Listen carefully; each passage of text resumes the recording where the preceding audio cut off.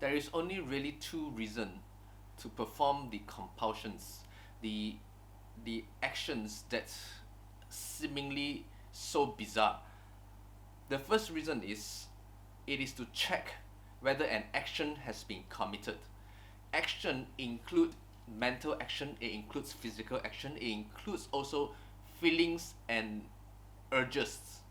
These are all lumped under the action category, whether it did happen or not. For example, whether did I feel angry, or whether did I say something in my mind, or whether did I feel a certain attraction to a person, or whether did I have a sexual urge in my groinal areas. These are lumped under actions. The second reason to perform the compulsions are to check for intention. Whether when that happened, did I do it intentionally? Usually, checking for intentions is the fallback after you have failed the first checking, which is checking for action. Okay, for example, let's take back the example of blasphemy for this case.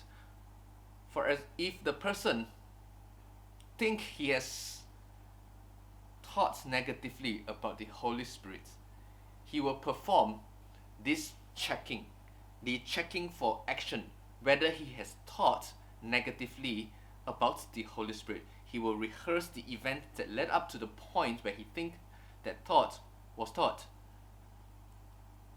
He will rehearse it in a form. This is compulsion.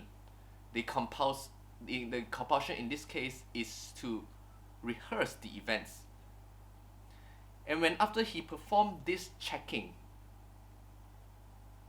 he is still not convinced whether he performed the action or not, or most likely he to err on the side of caution, he think he may have performed the action. The mind will create another safety mechanism, which is to check for intention. In our previous video, we have said that there is certain belief systems that are in place, and this includes, for a blasphemy to qualify as blasphemy, it has to be performed intentionally.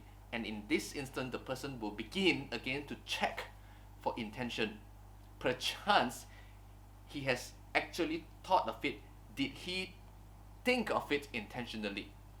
Now, to get a concrete answer to that, he has to put himself back in that situation again. It's as if to transport himself back in time and to try to feel every feeling that he felt during that time, everything that people say, what the events that led up to this. This is the compulsion, the parts where it is to check for intention. You can immediately see that he is already unsure of the first, whether he did commit the action or not. And plus the intention, you are building both things on very unstable possibilities. He may or may not have felt like this, and then he may or may not feel intentional.